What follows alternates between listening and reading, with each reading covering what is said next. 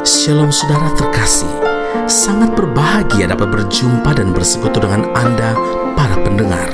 1 Timotius 4 ayat 10, itulah sebabnya kita berjerih payah dan berjuang, karena kita menaruh pengharapan kita kepada Allah yang hidup, Juru Selamat semua manusia, terutama mereka yang percaya. Saudaraku, bukan karena kasih Tuhan yang kurang atau janji Tuhan yang tidak tersedia secara maksimal, jika banyak orang Kristen yang tidak pernah menjalani kehidupan rohaninya secara baik, secara maksimal. Apa masalahnya? Pertama, kita tidak tahu secara detail tentang janji Tuhan itu karena kita sendiri tidak mau tinggal di dalam firman Tuhan. Bagaimana mau tinggal dalam firman jika kita tidak menyediakan waktu untuk baca, merenungkan, mendengarkan firman Tuhan? Padahal kitab suci berisikan janji-janji berkat Tuhan yang luar biasa, baik untuk hidup ini maupun untuk hidup yang akan datang. Tuhan Yesus sendiri berkata, "Jikalau kamu tinggal di dalam Aku dan firman-Ku tinggal di dalam kamu, mintalah apa saja yang kamu kehendaki dan kamu akan menerimanya." Yohanes 15 ayat yang ke-7.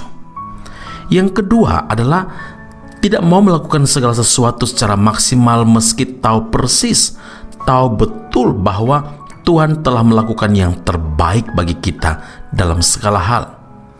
1 Korintus 15 ayat yang ke-58, Paulus menasihati, "Giatlah selalu dalam pekerjaan Tuhan, sebab kamu tahu bahwa dalam persekutuan dengan Tuhan, jerih payahmu tidak sia-sia."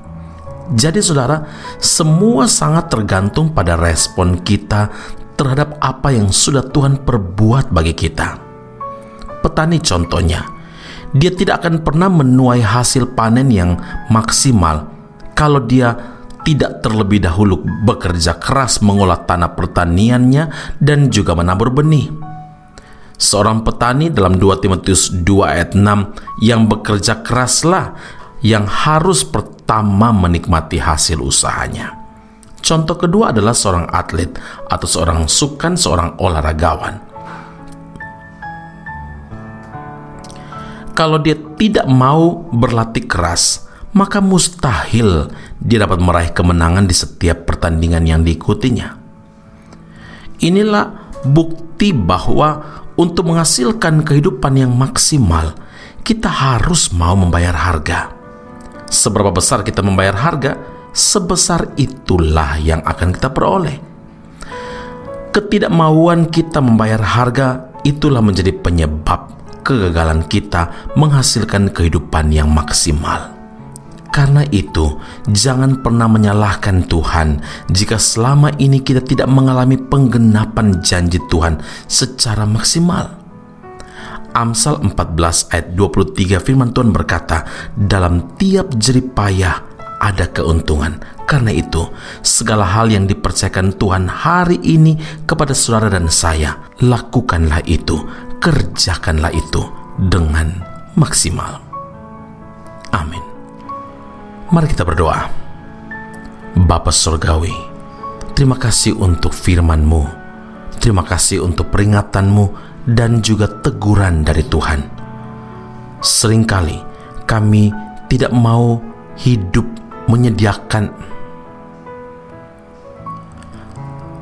tidak menyediakan waktu untuk bersaat teduh, untuk berjumpa dengan Tuhan dalam doa dan mendengarkan isi hati Tuhan. Tetapi kami selalu menginginkan, kami selalu menuntut apa yang harus kami dapatkan, doa-doa yang kami harus terima dari Tuhan. Tetapi hari ini Engkau ingatkan kami, bagaimana kami dapat menikmati berkat Tuhan jikalau kami tidak tinggal di dalam Engkau dan Engkau tidak tinggal di dalam kami. Bagaimana kami mendapatkan apa yang kami doakan kalau kami tidak tinggal dalam firman-Mu dan firman-Mu tidak tinggal di dalam kami.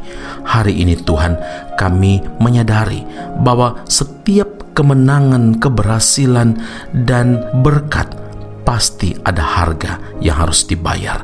Biar kehidupan kami penuh dengan ketaatan, hidup maksimal, yaitu mengerjakan apa yang sudah Tuhan percayakan kepada kami dengan sungguh-sungguh. Karena kami tahu dalam setiap jerih payah pasti ada keuntungan kalau kami selalu memprioritaskan dan bahkan melibatkan Tuhan di dalamnya. Terima kasih Bapa di surga. Terima kasih Tuhan Yesus. Terima kasih Roh Kudus untuk firman-Mu saat ini. Dalam Kristus Yesus Tuhan dan Juru Selamat kami berdoa dan mengucap syukur kepada Bapa di surga. Haleluya. Amin.